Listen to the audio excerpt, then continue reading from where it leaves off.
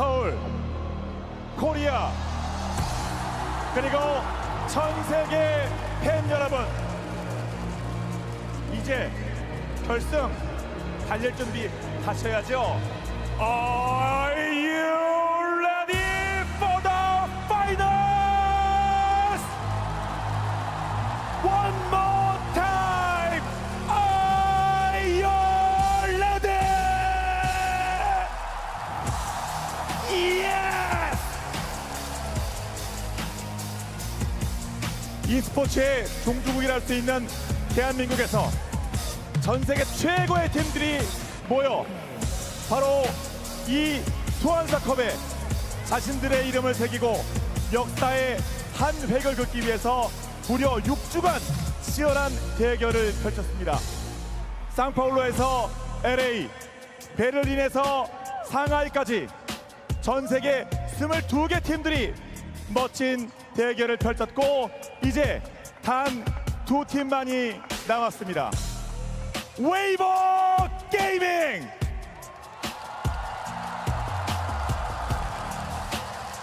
그리고 T1!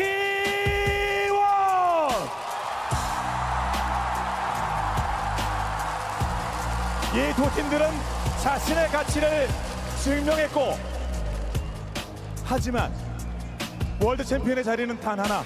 오늘 그 자리를 가리는 대결을 시작합니다. 선수를 소개합니다. 큰 박수로 맞아주시기 바랍니다.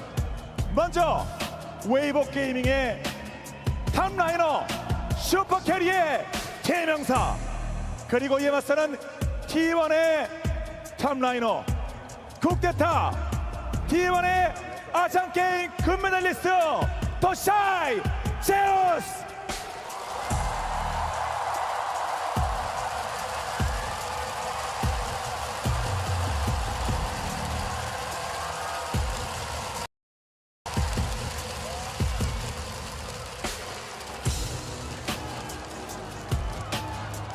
웨이버 게이밍의 정글러 날카로운 갱킹의 대가, 그에 맞서는 선수는 이번 월드 폼 정말 미쳤다. 자, 바로 웨이웨이와 오너입니다.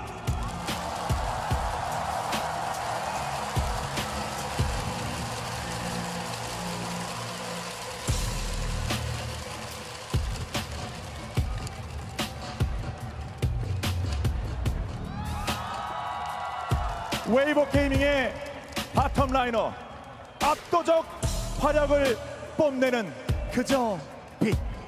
이에 맞서는 선수는 월즈가 체질, 전어보다 더 가을이 제철인 T1의 하드캐리, 바로 라이트와 구마유시.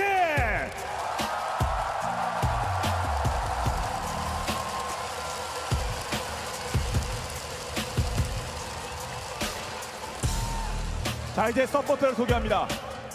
월드 챔피언의 기억을 되살리자 2019 월드 우승 서포터, 그리고 이에 맞서는 선수는 정말 소환사컵이 간절합니다. 갓지 그 자체가 되고 싶은 역전괴, 바로 크리스피와 캐리합니다.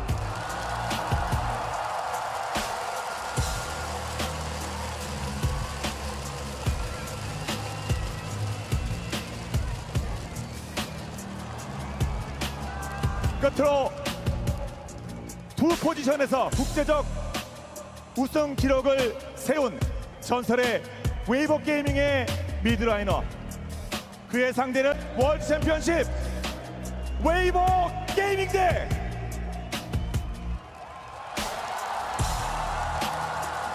T1의 대망의 결승전을 함께 해주시는 많은 분들의 뜨거운 환호 함성과 함께 시작하겠습니다.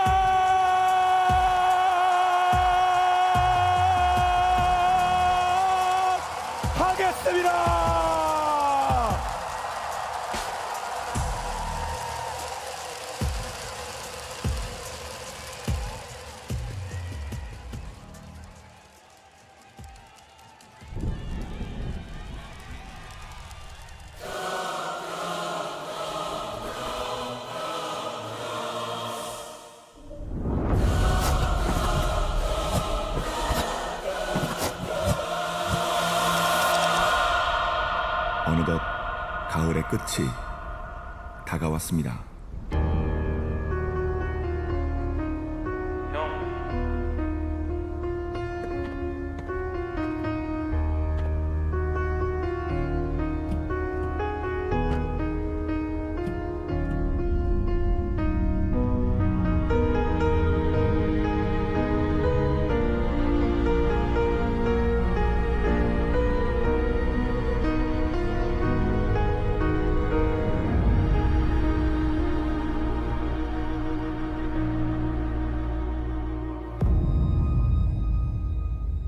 이무기,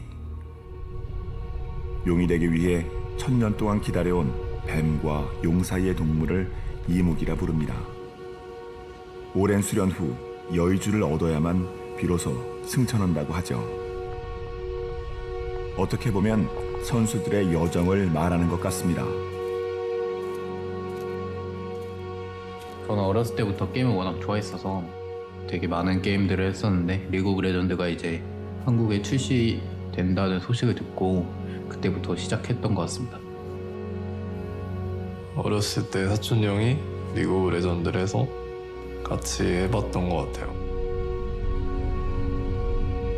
선수로 처음 데뷔를 하게 되었을 때 되게 설렜고 기다려왔던 기회가 와가지고 살면서 좀 가장 기뻤던 순간이었던 것 같습니다.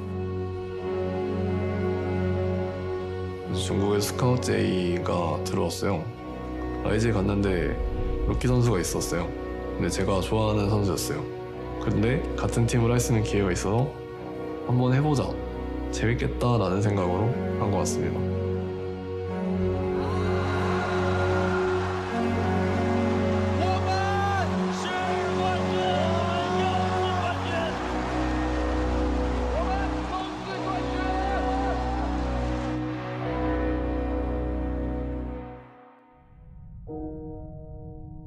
我认为在夺冠以后，就是自己本身就跟其他队伍的选手比起来，可能那个时候自己是没有进步的。那这次的世界赛，大家对他的一个期望，我相信一定不低。 작년 월드 경기가 끝났을 때 헤드셋을 벗은 순간부터는 뭔가 온몸이 통제가 안 되더라고요. 이제 이런 좋은 기회도 놓친 내가 다음에 이런 기회를 또 잡고 우승을 할 수 있을까라는 생각이 많이 들었던 것 같아서 그게 많이 분하고 힘들었던 것 같습니다.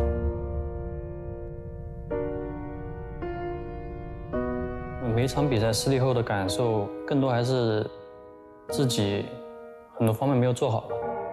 可能这个时候会想着下一场比赛会做好，但下一场比赛还是会有做不好的时候。这个时间点可能就会质疑自己。 아무리 힘들어도 그들은 포기하지 않았습니다. 꿈이 있기 때문이죠.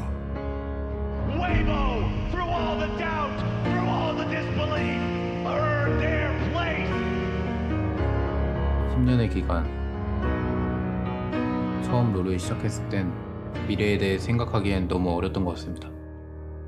그들의 오랜 노력에 끝자락이 보입니다. T1 대 웨이보. 凛冬将至，是时候捧起全球总决赛奖杯了。 첫 번째 우승은 승리가 어떤 의미인지 제대로 이해할 만큼 성숙하지 못했던 것 같습니다. 두 번째 우승은 단 하나도 놓치지 않고 즐기겠습니다.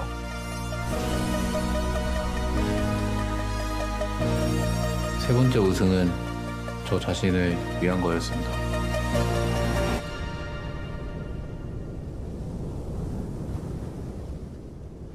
네 번째 우승은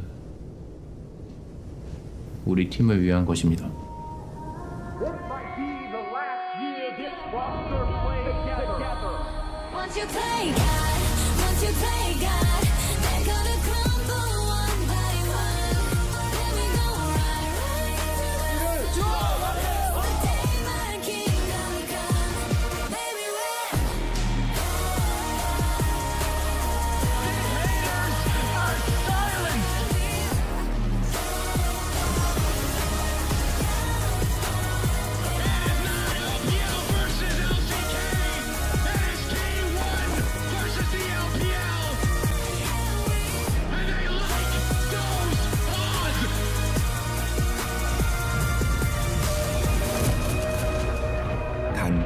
팀만이 영광을 차지할 수 있습니다.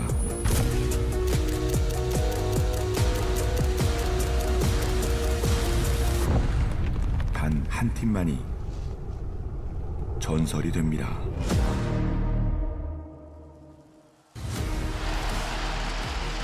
Welcome, ladies and gentlemen, to the caster desk for the World Final 2023. First, I want to say thank you to Caster John for the incredible introduction, as well as MasterCard and everyone behind.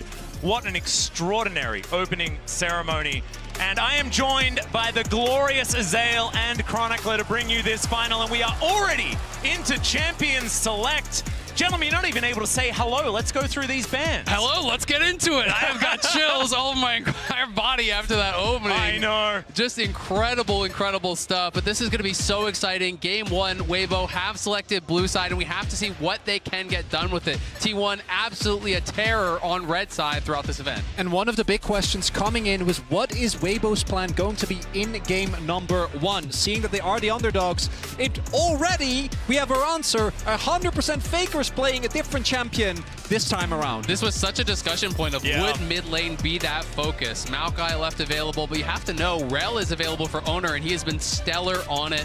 There's a lot of options here. Bot lane focus could be big as well, and they're going to do it right away. And this is the thing, the Kalista has been such incredible priority. It was something actually used against T1 in the JDG series, and I think Renata Glask is the most important champion for this series as a whole. Crisp, incredible on the champion. Carrier, of course, debuting it in their very first game in the Swiss stage at Worlds. So this is very, very important, especially to see what the rest of Weibo's plan is.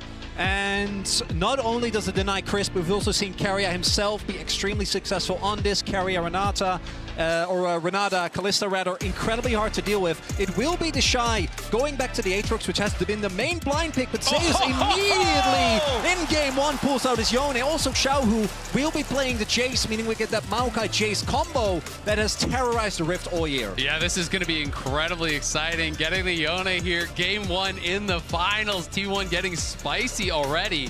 And now is it actually the Yone for Zeus? That's the question. Faker. Because Faker has played, I believe he celebrated his 70th unique champion this year.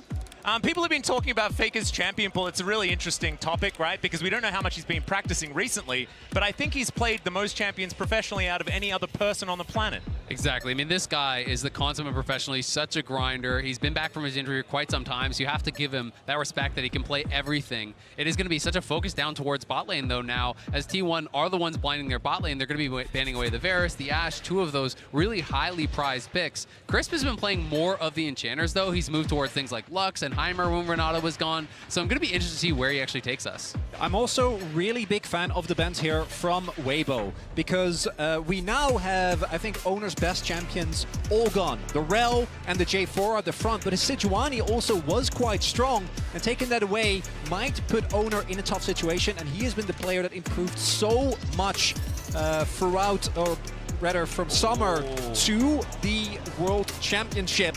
Putting him in a difficult position. Could be a big win, as it is the Ahri for Faker. So Faker's Ahri coming out, and that does immediately make you think, could it be a Vi as that last pick? You know, the Vi-Ahri pairing has been so popular throughout the year.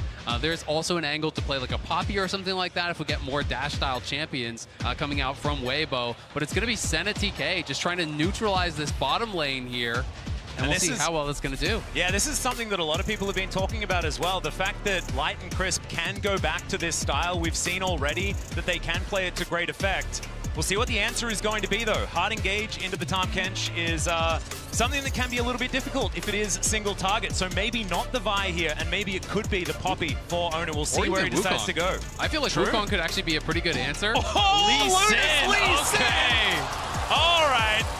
Well, that is definitely a choice you can make in game number 1. Of course, this is Owner's most famous champion by a country mile. And something that for T1 was a really big surprise for me was that when you look at the way that they beat JDG, it wasn't just with these style of comps. They actually opted into more team fighting. This time around, though, this comp needs to win in the early game. Faker and Owner, Guma and Carrier, they need to start stacking dragons. They need to get ahead early, because if you get to the mid to late game, look at the front to back on Weibo, right? This is a composition that's really hard to engage into, and if T1 ever lose map control, trying to get onto Maokai, trying to take down individual targets against the Kench is going to be extremely difficult. And when you're second to those objectives with Maokai saplings in every brush, you're going to be getting poked out by the Jace, which could be difficult, but both teams lacking a little bit as far as the hard engage goes, but T1 does have the ability to pick people off, you know, with the Lee Sin, with the Yone, with the Ahri. They want to be moving around the map, they want to be pushing out lanes, catching people in transitions, taking these skirmishes as often as they can, and we are just moments away from getting onto the Rift. Exactly. Game number 1 is upon us. Of course, T1, a lot of finesse possibilities with a composition like this, but I look at Weibo's draft and I think we've seen these styles of draft so many times in the past, staying tried and true as we head onto the Rift for our very first game. T1 coming out swinging, and Weibo, I think, ready to pick up that punch. See exactly how it is going to go. Worlds 2023, game number 1. Let's do it. And already, I've got to point out, it's triple TP for Weibo. Crisp is going to be taking the TP on that Tahm Kench, so feeling that they can't necessarily get pressured heavily enough to actually get killed. If he feels he's going to get chunked out, hey, you TP back early. You know, you keep up that farm as much as you possibly can, but it's going to give you the advantage in playing that map because they will have that extra teleport come mid and late game. Another thing here is, what is the level 1 going to be? I think that one of the other really underrated parts of the Senna Kench is how strong their level 1 is. Exactly right, but just a reminder to connect your League of Legends account with Prime Gaming to grab the exclusive Braum W emote. And if you haven't done it already, my goodness, I mean, this is, just do it. Just do it now. That'd be fantastic. It's a really good emote. Yeah. And you saw there as well, no opportunity, unfortunately, for Weibo to use it, at least for now, although late invade might come through. But I do think that the level 1 of Weibo is so strong, and they're clearly expecting this. So T1, I think, very smart not to opt into this and take the risk in game 1 of the finals. And they were pretty good at utilizing Tahm Kench in that level 1 play, if we remember back to it as well. So certainly no shenanigans this time around. And I think in a game number 1, that is a good idea. Faker on his 4th unique champion here for in game number 1 of the final, but of course Ahri is one that he's been famous for many years. And I think there's going to be so many eyes on the mid lane because Xiaohu has not been performing to the level that people were hoping for from him. You know, he hasn't been having that incredible tournament, but now here in his first ever World Finals, he's got to step up if it's going to be Weibo win. Exactly. Well, Piercing Darkness coming through there from Light. Not too much, just a little bit of a tussle, a little bit of checking each other on the bottom side of the map. As Faker now trying to push forward. Xiaohu just having an okay time here as the Jace into the Ahri. And we'll see if we're going to see, and rather where we're going to see the early jungle attention. Because I think for T1, obviously, self-explanatory, Dragons and Heralds are incredibly important to pick up early. But there is an opportunity to try and go for these aggressive plays. I think Weiwei in particular has been really good about consistently finding bot line angles. Although he is currently pathing towards bot. We'll see how T1 can cover for Zeus, because he is already shoving in. And if you can get an early kill on the Yone, it can really send it behind. Well, an Owner's going to use this to invade, right? He's going to win this duel against Weiwei, so he's just going to try to get right in his face, push him out. He knows he has that pushing top lane, and we'll see how this fight does go. Yeah, nice little sidestep there to avoid the Sonic Wave. Weiwei just making sure that he can keep that health bar high. Has actually popped the potion there as well. It's the sapling in the brush. His Owner's just looking to try and wreak havoc. But look at Zeus. Zeus is already moving down. That's why he starts the camp now, because Zeus got the push in. He's going to come down, so Weiwei's going to have to back off. He could look for the 50-50, but he risks putting himself in danger. So it should be Owner grabbing the Wolf, and they can continue this pressure on. You can look towards mid now, as Xiaohu's in trouble. Yeah, Owner immediately moves over. There's the flash. A Q's going to land from Owner, but he decides to not go in under the inner turret, and Xiaohu looks to try and fire back. This is just great stuff early on here from T1. Owner, 3 camps top, moves into the enemy jungle to cover Zeus on the push, then uses Zeus' pressure to move down, steal the Wolves, rotates over towards mid where Faker has that, now into a bot side scuttle. This is really clean, really well pre-planned play here from T1. And I'm going to be looking towards how are the junglers able to punish the lack of flashes. W as Faker gets the charm. He stomps it to the skies, but I don't think it's going to be enough because his flash is already down. And first blood goes to Xiaohu. And I haven't haven't even finished my sentence, or Weiwei does that exact thing, punishes Faker for being that far up in the lane, and all they gave up for it was a wolf camp. And we said Xiaohu had to have a good series, had to have a good game, and what better start than a first blood on the Spring King from the LPL in his first World Finals. And you mentioned it already, Chronicler. Xiaohu is a guy that's had a lot of attention from a lot of fans and already starting to silence some of those doubts. But it is very, very early days in this one as we check out the replay. Really good pathing here from Weiwei. Yeah, this is just great from Weiwei. It just wraps around, did skip that topside scuttle, and I think Faker potentially thought he was actually over on it. Just comes right down, pass immediately there, is not going to be able to get out as Faker committed the flash for that trade earlier on Xiaohu. And if you think back to the spring final, or summer finals rather, that T1 wasn't able to win, it was in large part because Genji identified if you get Faker off of some of his comfort champions and you put him down early by a lot of repeated jungle attention, it can be a viable way to get an early to mid-game lead against T1.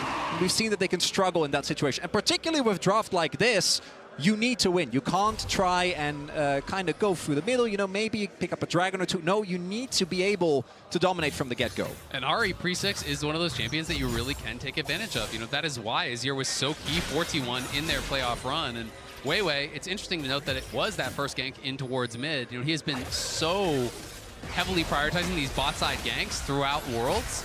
In the LPL, it was much more about playing towards the Shy, but at Worlds, it has been about playing towards Crisp, playing towards Light. And I really wanted to see what his game plan was going to be coming into Worlds, because clearly T1 would be prepped for that.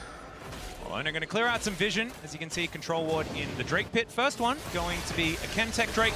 And Ona is going to very happily join Carrier as they look to take this one down. So at about 6 minutes into the game, we will have our very first Dragon. Faker coming on over, not going to be able to steal anything away, just getting some information here for T1. So they will be able to secure this Dragon. So that is one of the steps that they have taken here. Still, they're going to need those big advantages like you guys were talking about in order to make this one work. Looking here towards the bottom side, Gumayusi has a huge advantage over the Tahm Kench, but something that you would expect. It's not necessarily a lane you can really judge on CS.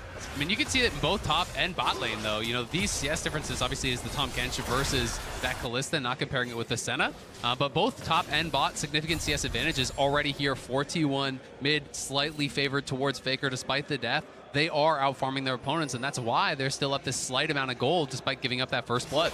And this is something Weibo was also able to do. The Shy, specifically against Bin, was able to use the fact that the matchup was isolated to push really heavily for big CS leads and then take those leads into mid-game fights and carry them. And when we talk about comps that are relying on these early game advantages, one of the ways you can do it is just by stacking dragons. You're playing Kalista, you're going to have bot side pressure. Even if you can't establish a massive gold lead, if you take these early dragons and put the pressure of that soul on your opponents, you circumvent a lot of the weaknesses in hard engage that your composition has. You draw your opponents to you, you force them to challenge you at these dragons where you are going to be set up for that fight, where you are going to be in the advantage. Well, right now, it is just a bit of trading in lanes. Weiwei going to go home, collect himself a book and a Control Ward, try to get back to it as Crisp, the Tongue Lash. It hurts a whole lot more, I feel like, when you've got him sitting in a lane by himself for quite some time, but he's actually still just level 5, same as everybody else. And Gumayusi still playing aggressively, not able to land too many of these pierces, as Zeus' soul is relatively unbound as he just keeps shoving these waves relentlessly into the Shy's turret. First plate has gone down already here for T1, like you were mentioning, Azale playing into the advantages in gold that is now ticked up to about 500. And my expectation is that T1 is going to use this top lane prio to secure Herald without too much difficulty. Faker almost will have his flash available. Xiaohu already has his. But with this Aatrox being perma pushed in, it should make the setup for T1 around this objective pretty easy. And they have also already rotated over Gumayusi and Carrier. So they're going to secure this. Then my question becomes, where are they going to throw it down? Because the two obvious solutions to me would be either Zeus or Guma. Obviously, Guma already massively far ahead, but a Yone in a side lane, I think, is one of the biggest things that Weibo might not be able to answer. I agree completely. I think it should go towards Zeus. He already has the push. This is one of these hyper-scaling top laners that he already has the early push. You can harass those towers, harass the Aatrox with the Soul Unbound, and you get him that big gold lead. This guy can make miracles happen in a 5v5. Zeus has been simply incredible throughout the World Championship. Certainly has. And now Faker is going to dash in, finds the charm onto the Tahm Kench. Faker has to get out of there, though. Can't be a snare for the hostile takeover. Gets so much work done. The Devour's in for the kills there for Ona. Xiaohu now going down himself a 1 and a Herald. And Weibo, they see that T1 is at the Herald, they rotate over, and I think they try to recuperate, but that's sunken cost fallacy because they just walk up, T1 finds the angle, and Weibo give up the Herald and a kill. Exactly, and maybe going to lose some farm down on bot side as well, because Chris has no TP, but Zeus. Nature's Grasp comes in, he gets pulled back, he's interrupted from the ultimate. Zeus does get a knock up there and a shield, but I think he's still dead. And there it is, the answering kill from the Shy. Weibo able to punch back on the top side. You can see Owner hanging around that bottom side, potentially threatening, as Guma and Carrier are going to push it in. Already have taken a plate themselves down there, but great kill back on the top side. Does help to equalize the gold there for the Shy. Yeah, gold now actually completely fine. The Shy might even be able to pick up plate as well. And crucially, Zeus doesn't have TP, so actually is going to lose out on this wave. Unlike Faker when he was ganked earlier, could just TP back to the lane. Not going to be the case here. And that's the second time that Weibo, the initial play might not work, but Weiwei pulls it back. Exactly, and Zeus just couldn't use that ultimate quite fast enough, you know, so Weiwei was able to get ahead of him, blocks the ulti, and then from that point, Zeus says, you know what, I'm dead either way, so I'm going to hold on to the flash, but that is an unfortunate death for him, as he had so much pressure on top side, so much tempo, and a lot of that is going to be lost now, but not lost in the mid lane, where Faker has continued to push in, continued this relentless aggression here, despite being that first death. Yep. Even though he did fall down first up, Faker is pretty good at bouncing back from initial deaths. The global taunt that he's had for the last 10 years seems to be the thing. The most ganked man of all time. I think it's probably true, but also he's played like the most games out of anyone else that still plays currently. So it's a weird stat to go towards. Bottom side of the map, we do see a reset coming through here for Gumushi and Keria. Not quite towards the first item yet for the Kalista, which would be pretty important for the next fight coming up. See what they can get for themselves. Yeah, you see as well already, Weibo is moving up. The second Drake, I think, is really pivotal. There are a lot of good Drakes still available for T1. No Camtech Dragon in particular. We know exactly what Drake it's going to be. It's T1. It's Cloud. It's got to be the Cloud. They've got the most Clouds out of any other team at Worlds. You don't want them to have Cloud Soul, particularly not with the amount of mobility on the team. So I think that Weibo is going to try and contest here. But T1 still are the ones with control of their pot side. Prio is now being found by Light and Crisp. Herald being placed down just in mid lane to try and pressure Weibo out and get a quick move into the river. It's going to mean that dragon should belong to T1 if they can get control with it. Faker sticking around for the cash. They will be able to gather it here. Orbit Deception going to go wide, and it looks like Faker's not going to stick around for another plate. As Weiwei going for a reset, they're going to give up the second Drake as well. Yeah, I think there's just no real angle for them to contest from this point. Owner drops the Herald mid, they get Prio there, they reestablish Prio down on that bot side, move up through the river. And with Keria and Guma at such a strong point early on in the game, it is going to be Cloud Soul.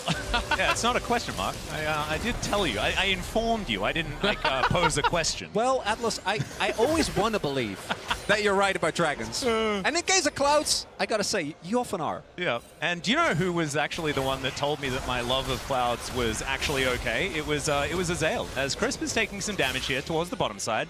It's all right. I've always been a Cloud believer. Yeah. Yeah. Yeah. Move speed turns out pretty good.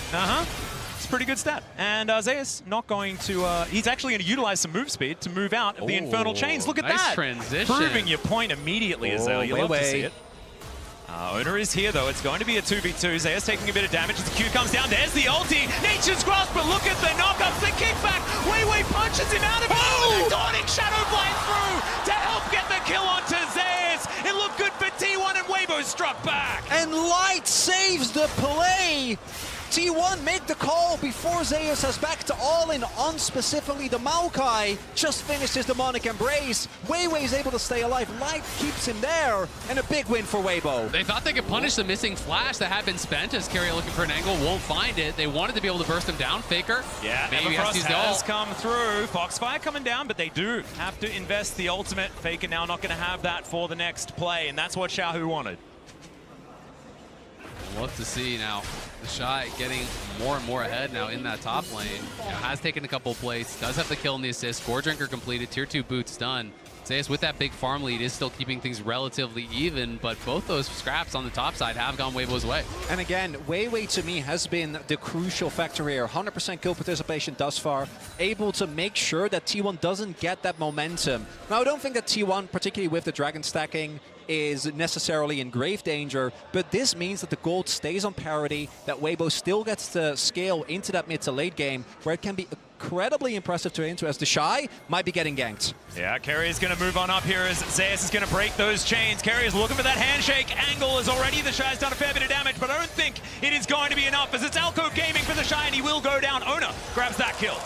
Oner, nice kill on the top side. If 2 doesn't work, bring 3. Bring another guy. Carry on the roam up towards top side. Wasn't really expected, I think, to be up there. The Shy thought he was going to be safe, but now dying there with no TP does mean there's going to be a pretty big push. You can see Guma. Of course, you have to compare that with Crisp's goal. Oh, brings him back in with a twisted advance. The kickback as well as Weiwei gets out the punch, and now Shahu coming on in. Oner's going to burn down, and no bailout for you. Light's in a bit of trouble, but the charm is not going to get it done because Crisp is there with the denial with the Devour, and T1 have to run away. What a play from Weibo. And continuously, they are getting out skirmished. Weiwei should be able to get the execute here.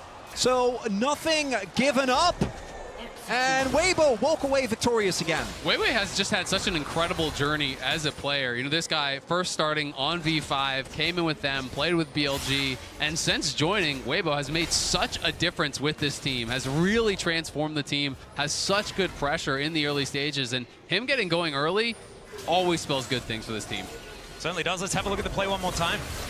And as we look here, initially it looks like T1 wants to back off, but Weiwei goes very far back, but then crucially barely stays alive, right? And with him getting away, there is no bailout value for Oner, and the fact that Faker TP's in doesn't matter because Crisp is standing at the ready with Devour. Yeah, Crisp is there, and Light with some nice little side steps. Don't think the charm would have mattered even if it landed because Crisp was right behind him, but well played on the sidestep nonetheless. T1, though, continually going towards these objectives. They know they need to keep pushing the pace, and Weibo here looking to challenge.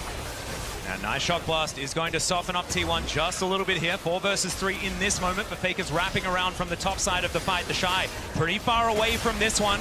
And Zeus is moving in, gets over the wall. There's the ult. It's going to be dodged as he gets himself out of there with the Unbound Soul. And T1, they are going to be able to secure the Herald. Forces the flash from Light, and they get the Herald. Really nicely done from T1. That is what has been going their way all game long. And now I'm wondering, can T1 also get themselves to this Dragon in time? I think they just have enough time to still get the backs in, make their way, spend their money, and then try and set up this soul point very early on. Because while when it comes to gold, Weibo has been able to stay very relevant, if T1 pick this up, they will have gotten every single objective thus far, and it will at the very least force Weibo to maybe make some tough decisions once Zeus in the sideline becomes hard to deal with, because I wouldn't be surprised if he ends up going for Hullbreaker again. And this is such an early soul point that they would be moving to. Their 3rd dragon here taken, if they can get it, around 17 and a half minutes into the game. You know, threatening that 22, 23 minute soul would be a really tough spot here for Weibo. So they have to get mid lane control. They have to be able to push this out, then move into the river.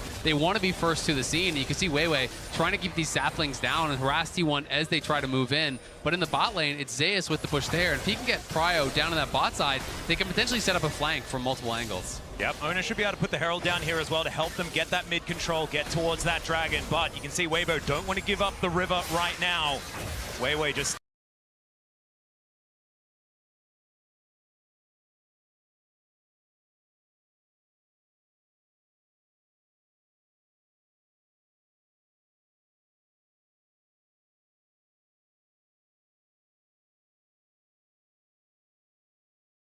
standing stalwart. The Shy is going to turn up. Charm is going to connect, but Faker probably not wanting to go in on that one. You're going to connect from Oner and T1, just keeping up this pressure, allowing Weibo to move into that river, knowing they have Zeus very close to that bottom wave to keep pressure in the lane. Exactly. Zeus threatened moving up. He went, just did the Gromp. Now he's down back towards that bottom